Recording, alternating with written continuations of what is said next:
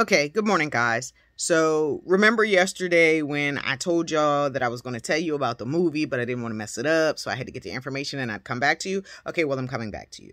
So, the name of the movie is called Un Mensonage Oublié, and it means a forgotten lie, but the American title is Children of the Lie.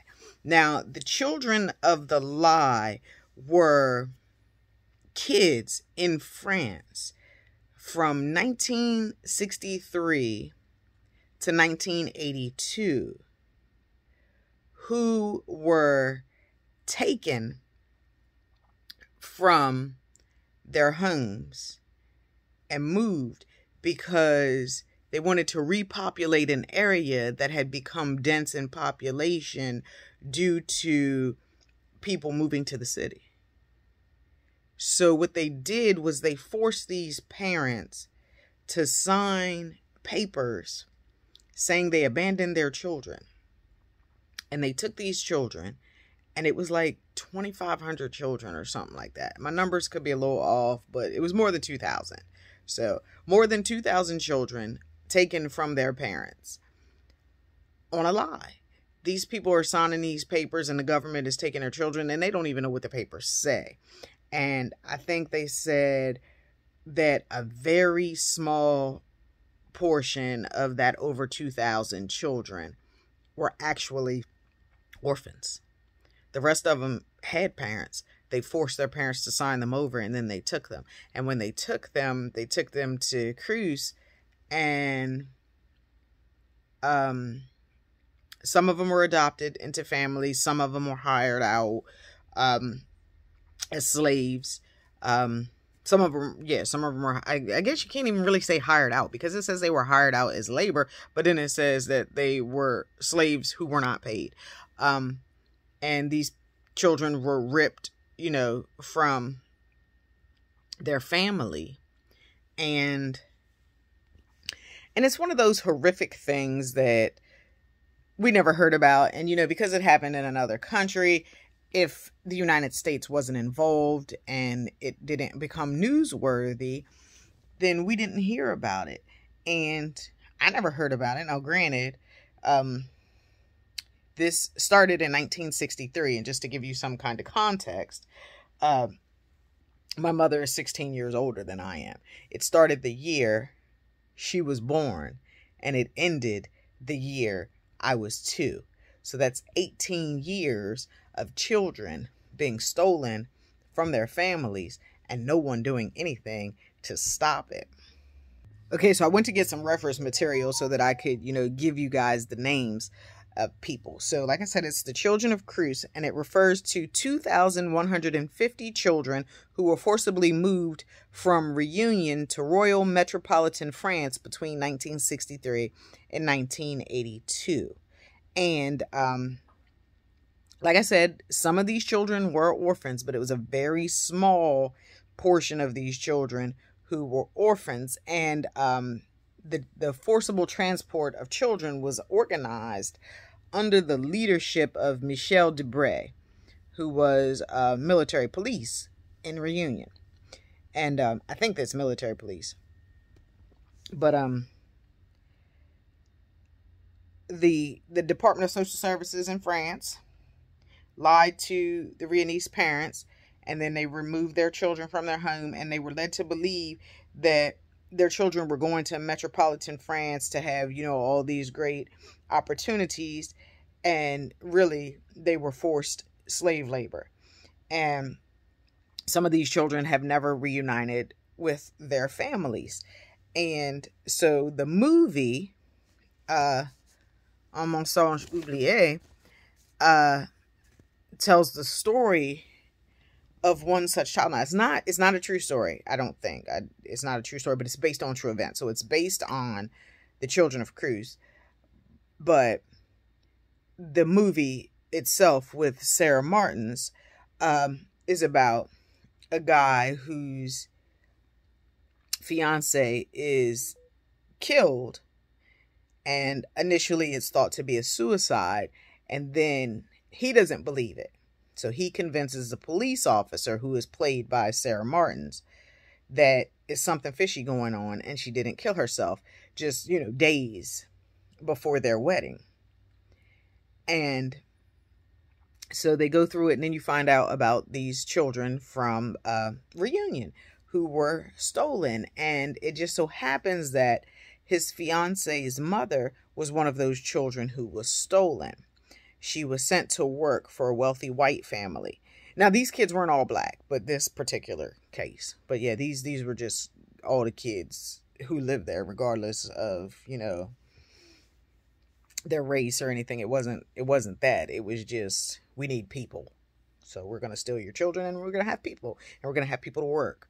Crazy, right? And this is in 1963. So you think of all the atrocities that were going on in our own country in 1963. Maybe that's why we didn't hear about it, because we had our own problems to deal with over here. And maybe we had, for one time ever, minded our own business, because the United States never minds its own business.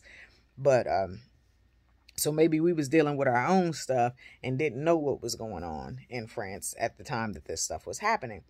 But in the movie, the mother of the fiance was one of the children of the lie who had been taken away from her home. She came to work for a wealthy white family, and the son of the wealthy white family fell in love with her. And his father forced her to write a Dear John letter to his son, and then he sent her home. Later you find out it was because she was pregnant, and he was worried about the scandal that would lead to.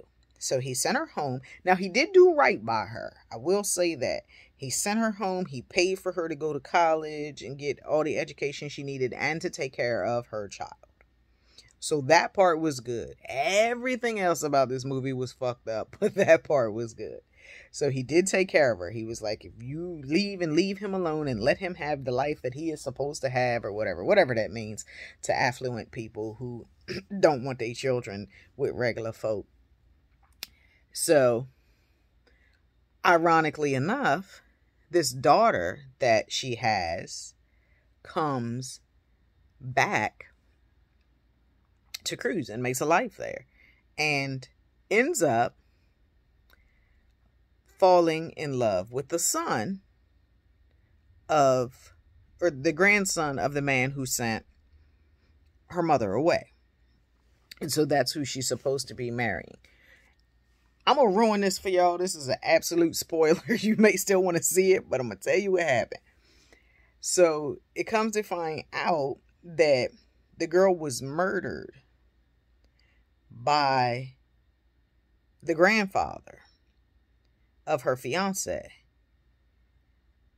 because he was also her grandfather. Didn't want to tell them that they were brother and sister, because they were the children of his son. So instead of telling them that they were family, he killed the girl, because he never wanted his son to know that when he sent that girl away, she was pregnant. Whole time his son's running for political office. They're trying to avoid scandal. It's all the stuff that rich people in affluent positions do in their lives, or as far as television shows me, because I don't really know rich people who are affluent and live like that. But I'm lying. Yes, I do. But I mean, I live in Talbot County. Yes, I do. But, it's not something that I've ever had any personal experience. I know people who live like that, just not me. And so yeah, to keep that scandal, he killed his own granddaughter and put his own grandson through all this turmoil, but most importantly, severed the relationship between his son and the only woman he ever loved, because the woman he married, who was his son's mother, was a pain. Oh my God. Can you say pill? This chick. Anyway. And she had something to do with it too. Both of them, her and the grandfather, was complicit in it together. And the grandfather didn't kill her, actually. He did something. But the mother of the boy, of the guy who was going to get married, she went to jail. Grandfather took the easy way out. Said, let me run in here and get my sweater when the police came to pick him up, and went to study and shot himself. But then he was 1,000, so going to jail wasn't, really appealing to him. So the grandfather and the daughter-in-law were complicit in killing this girl. The grandson, never knew until everything came out, when he swore that she didn't leave him and she wouldn't kill herself. In the end, the son and the mother of the girl, who was one of the children of the lie, were reunited, and that was cool. But she'd always loved him, he'd always loved her. It just didn't work out, and she just wanted to come and find out what happened to her child. And just go figure, of all the things, that this is the guy that she falls in love with, who happens to be biologically her brother.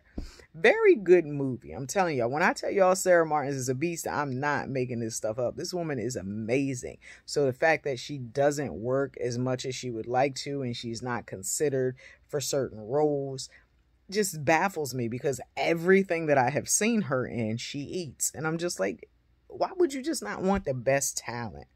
And I was telling you guys about the book. And in the book, she was cast in a role, and I can't remember what it was, but she was cast in a role of Natalia. I don't know what it is, what play or what movie or whatever it is, but the character's name was Natalia.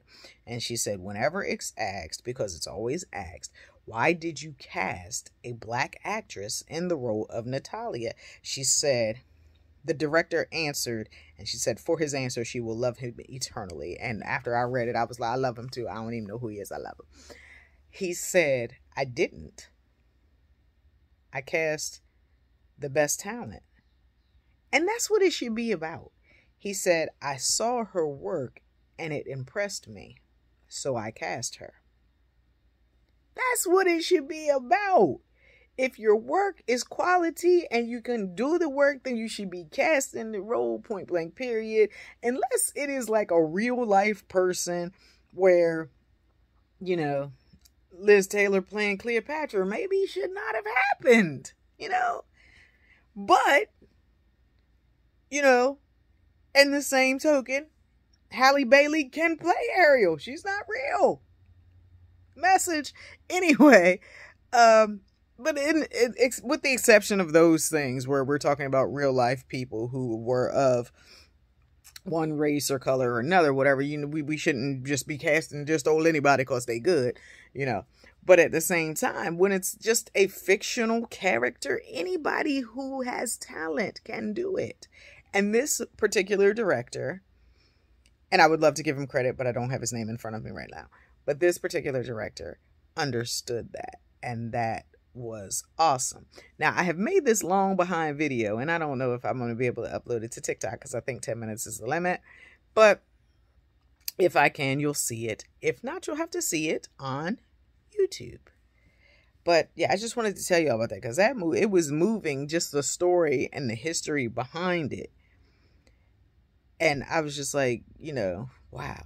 And here's the catch. So like I said, this happened from 1963 to 1982, and it didn't, nobody shined a light on it until the early 2000s. Now there's documentaries about it and stories about it, but it's like these people a lot of them never found their families. A lot of them never went back home, probably because they were taken so young that they don't even remember, who their family was or what their family's names were, that kind of thing. But I was like, that is just horrific. And it's like people in this world do things that you just can't in your mind fathom that one human being could do to another human being. And it has been that way since the beginning of time. Cain and Abel. We done had haters since the Bible, It just, since the beginning of time, people have done horrific things to each other. And I'm so glad that I'm not completely desensitized to it, that I can still be appalled and I can still be baffled and shocked. Now, it takes a lot more to baffle and shock me these days because of what goes on daily. It's a mass shooting every day now. When that first happened at Columbine, we were shook. Now the shit happens every day. Terrible. But I'm just glad that I haven't become so desensitized to it that it doesn't affect me, because it's crazy and something needs to be done. And I'm like, who's being held accountable for this? Did what's his name, Michel Debray, was he ever held accountable, or did he die? Because, you know, a lot of people die to get out of trouble, like that chick with Emmett Till. She died because we kept calling for her to be charged. She just went on, died, so she ain't have to go to jail. But yeah, so if you guys are interested, The Children of Cruz, from reunion to cruise, yeah, check it out. You can Google it. It's, like I said, it became a scandal and a story in the early 2000s, like 2001, but it happened from 1963 to 1982. Little history, world history, not American history. Oh, and I wanted to apologize, because if you looked at the 3 videos where I talked about the book and I talked about Sara Martins, I kept saying African-American females, and they're not American. I mean, it's just, that's a go-to. When I'm talking about us, I just automatically say African-American, but they are actually French citizens. So those are the black actresses of France, not African-Americans.